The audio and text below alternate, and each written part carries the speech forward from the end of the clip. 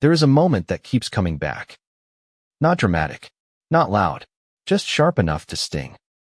You're scrolling, or listening, or standing still while someone casually mentions a milestone, a promotion, a move, a marriage, a breakthrough, and something inside you tightens before you can stop it. Not jealousy, not bitterness, something quieter, heavier, a sinking recognition. It feels like being late to a place everyone else arrived at without you. What hurts most isn't that they're ahead. It's the way your body reacts before your mind can rationalize it. The small rush of heat, the shallow breath, the internal math that starts calculating years, chances, missed windows. And suddenly, you're not in the room anymore. You're inside a comparison you didn't consent to. This is the psychology of people who feel behind in life, not in one area, but globally. Behind emotionally, behind developmentally, behind in ways that don't show up on resumes or timelines, but live quietly in the nervous system. Because when someone feels behind, it's rarely about success. It's about timing. It's about the sense that everyone else got a head start you never knew existed, that they were given a map while you were busy figuring out how not to fall apart. That life began asking you to perform before it ever taught you how to feel safe moving forward. And the most dangerous part is this: the feeling doesn't stay external. It turns inward.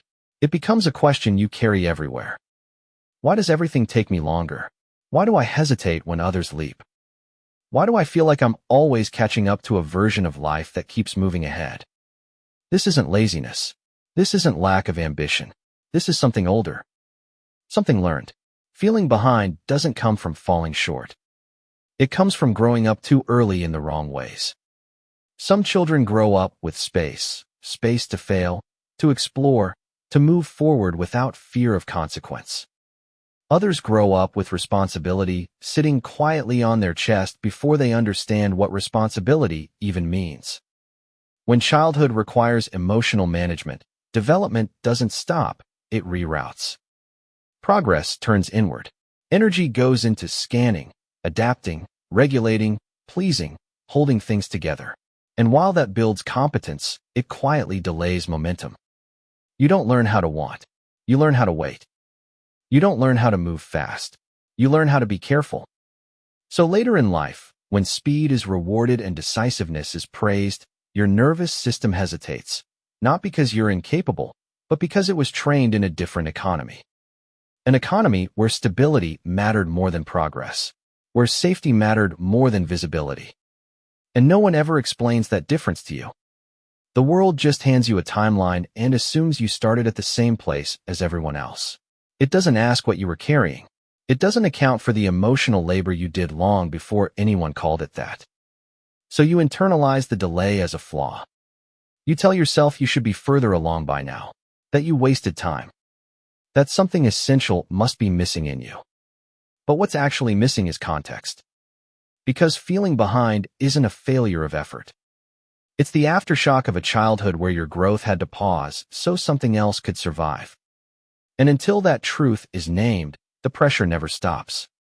It follows you into every decision, every comparison, every moment where life asks you to move faster than your nervous system believes is safe.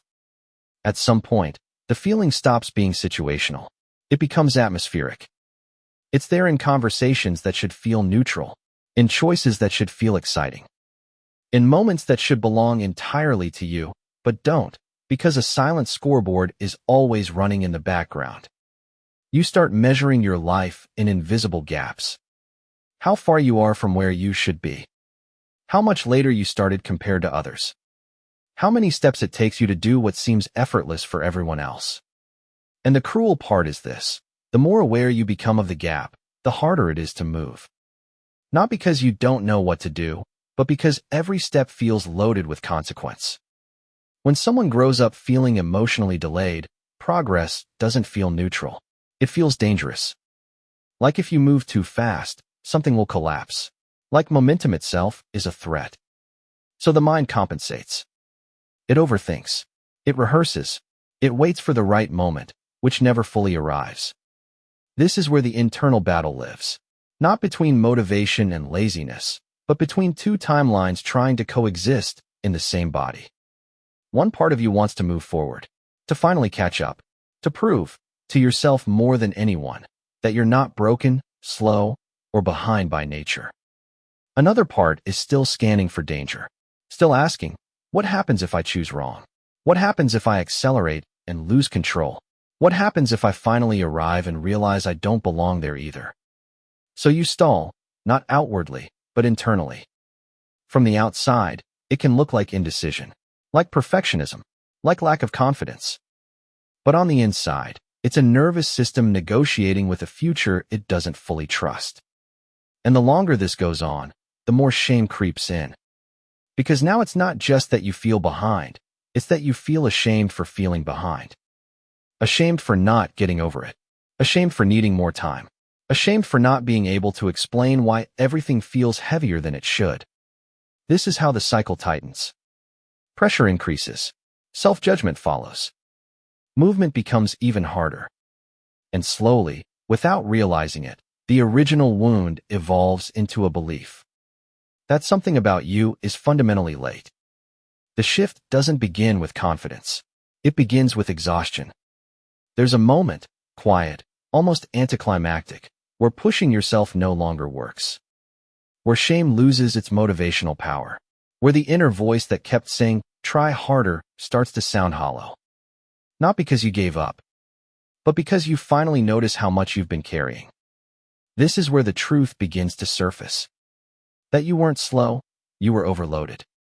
That you weren't unmotivated, you were cautious for a reason.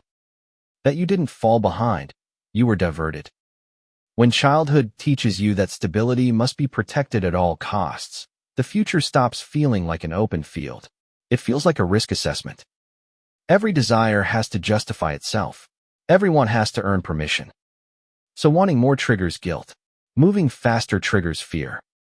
And success feels oddly disorienting because it threatens the internal order that once kept you safe. Recognizing this doesn't instantly remove the feeling of being behind, but it changes the direction of the question. Instead of asking, what's wrong with me? You start asking, what did I adapt to? And that question matters. Because adaptations are not flaws. They are intelligent responses to earlier conditions.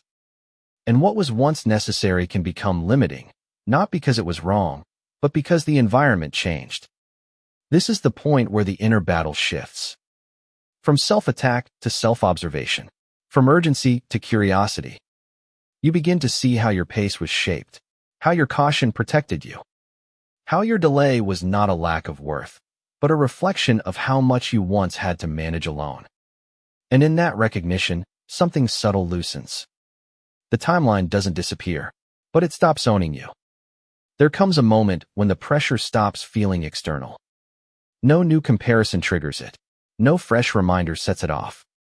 Instead, there's a slower realization settling in that the clock you've been racing against has been running inside you the whole time. Not time itself. Expectation. Expectation built from borrowed timelines. From milestones you absorbed without questioning whether they were ever meant for you. From a pace shaped by people who didn't grow up having to monitor emotional weather before they could think about moving forward. This is where the feeling of being behind starts to lose its authority. Because you begin to notice something important, the pressure was never about achievement. It was about permission. Permission to move without guilt, to want without explanation, to progress without first resolving an old fear that no longer belongs to the present. The nervous system doesn't release this pressure all at once. It releases it gradually, through small moments of defiance that don't look heroic from the outside. Choosing not to rush a decision just to prove you're capable. Allowing yourself to learn something slowly without turning it into a verdict on your worth. Letting a desire exist without immediately translating it into a deadline. These moments matter because they retrain the body. They tell the system that time is no longer something to survive. It's something you can inhabit. That movement doesn't require panic. That progress doesn't have to feel like escape. And slowly, the clock stops sounding like an alarm. The resolution isn't catching up. It's opting out. Not out of ambition. Out of the lie that there is only one correct pace for a life to unfold. out of the belief that arriving later means arriving diminished. When you stop treating your timeline as a failure, you start to see its shape more clearly. The pauses weren't empty. The delays weren't wasted. They were filled with skills that don't announce themselves: emotional regulation, pattern recognition, depth, restraint. These don't accelerate life. They stabilize it. And once stability is internal, speed becomes optional. You begin to move when something feels aligned, not when anxiety demands motion. You start choosing direction over urgency. The comparison noise fades not because others stop moving, but because their movement no longer defines yours. This is what grounded progress feels like. Not dramatic, not loud, not constantly validated, but steady, integrated, yours. The feeling of being behind doesn't vanish completely. It loosens.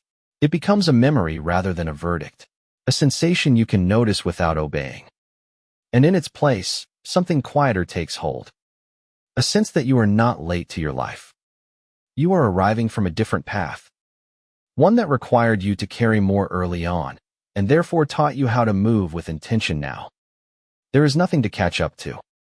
There is only the moment you decide to stop measuring yourself against a story that was never written with your history in mind. And when you do, time finally stops feeling like an enemy. It becomes something you walk alongside.